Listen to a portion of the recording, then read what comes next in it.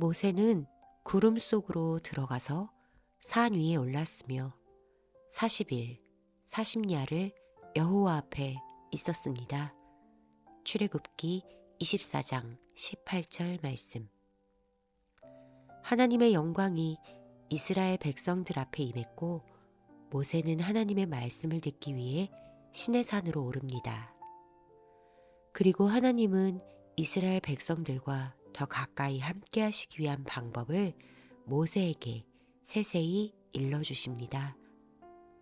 먼저는 하나님이 백성 사이에 거하실 거룩한 장소, 성막을 세우는 것이었고, 또 한 가지는 하나님께 가까이 나아가는 제사장을 세우는 일이었습니다. 그리고 거룩한 날 안식일을 세우사 이스라엘 백성들이 하나님의 말씀을 지키며 거룩한 백성으로 세워져 가도록 귀한 명령을 주셨습니다. 사실 하나님은 전능하시니 이런 준비 없이 그냥 이 땅의 백성들과 함께 하셔도 되는 거 아닐까요? 그런데 왜 이리도 많은 질서와 규례들이 필요할까요? 그 이유는 우리가 죄인이기 때문입니다. 하나님은 거룩하셔서 본질적으로 죄와 함께 할 수 없는 분입니다. 그런데 우리를 원하고 원하셔서 또 우리의 고통의 부르짖음을 모른 채 하지 않으시기 위해 우리를 온전히 책임지시기 위해 스스로 우리와의 약속으로 들어오셔서 우리 가운데 함께 머무시기 위한 배려인 것입니다. 하나님의 명령은 일방적이거나 무리한 요구가 아니었다는 것이죠. 하나님은 모세에게 40일 동안 온 백성들이 기억할 수 있도록 친히 기록하여 말씀해 주셨습니다. 그러나 이러한 하나님의 크신 사랑이 무색하게도 산 밑에 있던 이스라엘 백성들은 40일의 시간이 더디게 느껴질 뿐이었습니다. 이스라엘 백성들에게 믿음의 기다림은 없었습니다. 그동안 하나님이 보여주셨던 10가지 재앙도, 홍해를 가르신 일도, 쓴물을 달게 만드신 그 놀라운 인도하심도 다 잊은 채 그들에게 남은 건 의심과 방종뿐이었습니다. 출애굽기 32장 1절 말씀. 백성이 모세가 산에서 내려옴이 더딤을 보고 모여 백성이 아론에게 이르러 말하되 일어나라 우리를 위하여 우리를 인도할 신을 만들라. 이 모세 곧 우리를 애굽 땅에서 인도하여 낸 사람은 어찌 되었는지 알지 못함이니라. 모세의 안위가 불확실하지 않은 것이 이유라면 하나님의 말씀을 듣고 따를 다른 리더를 세우는 것이 절차일 텐데 백성들은 다른 신을 만들자고 합니다. 그동안 이스라엘 백성들은 출애굽 직후 어려움이 생길 때마다 애굽으로 돌아가자며 모세에게 항변했었습니다. 그들의 그 분노의 소리가 모세를 넘어 하나님을 향해 있었던 교만과 불신의 마음이었음이 이 말에서 여실히 드러난 것이죠. 모세가 하나님의 영광 앞에 40일 40야를 있는 동안 아론은 40일 40야를 사람들 앞에 있었습니다.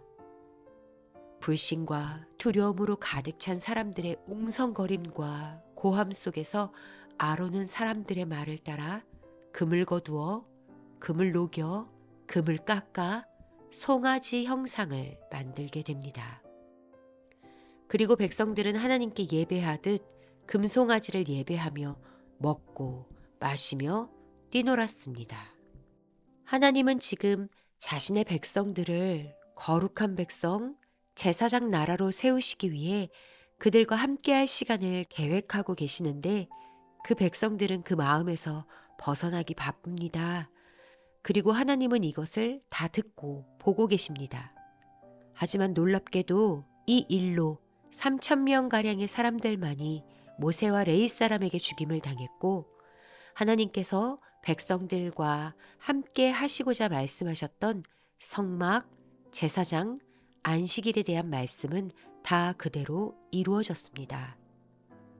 이 정도의 상황이면 하나님께서 이들을 다 진멸해도 할 말이 없는 것 아닐까요? 헌데 하나님의 말씀이 어떻게 그대로 다 이루어질 수 있었을까요? 바로 하나님 앞에 서서 하나님의 마음을 알았던 한 사람의 간구 때문이었습니다. 모세는 백성들에게 늘 원망과 불평을 들었습니다.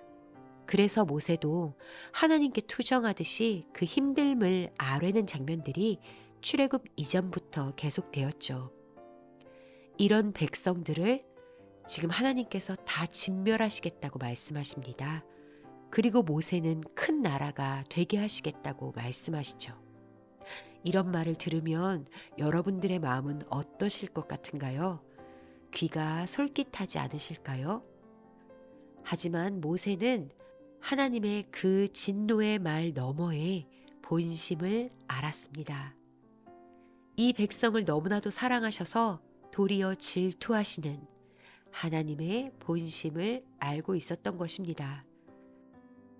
그래서 모세는 자신을 힘들게 하던 백성일지라도 하나님의 진노를 가로막고 백성들을 위해 간구한 것이죠. 지금 모세가 서 있는 이 호렙산은 그가 떨기나무 앞에서의 부르심을 입은 곳입니다. 떨기나무 앞에서부터 하나님이 약속하셔서 애굽을 넘어 이곳으로 다시 돌아오게 하시겠다는 약속은 이루어졌고 그 신실하신 하나님 앞에 모세는 서 있습니다. 이제 모세는 하나님을 두려워하는 자가 아니라 하나님의 마음을 아는 자로 서 있는 것입니다. 오늘의 본문을 통해 우리는 스스로에게 이렇게 질문할 수 있습니다. 나는 지금 누구 앞에 서 있는가? 또 누구의 마음을 헤아리고 있는가? 우리는 이 질문을 통해 반드시 우리의 시선과 우리의 중심을 점검해야 합니다. 놀랍게도 이러한 역할은 모세에게만 주어진 것이 아닙니다. 우리는 이미 그 은혜를 받은 큰 특권을 누리고 있는 자들입니다. 어떻게 가능합니까? 우리 주 예수 그리스도께서 이 악한 죄인의 죽음을 친히 가로막으신 은혜를 우리는 이미 받았습니다. 또한 주님의 보혈을 의지하여 우리는 담대히 하나님의 보좌 앞으로 나아갈 수 있습니다. 주님은 임마누엘 되셔서 영원히 우리와 함께 하십니다. 우리는 이와 같이 하나님 앞에 설 수 있고 하나님의 큰 사랑을 이미 맛본 자들입니다. 말씀이신 주님은 성령을 통해 지금도 우리에게 그 크신 사랑을 가르치십니다. 우리도 모세와 같이 임마누엘 되신 하나님 앞에서 날마다 하나님의 마음을 더 알아가기를 주님의 이름으로 두 손 모아 축복합니다. 아멘.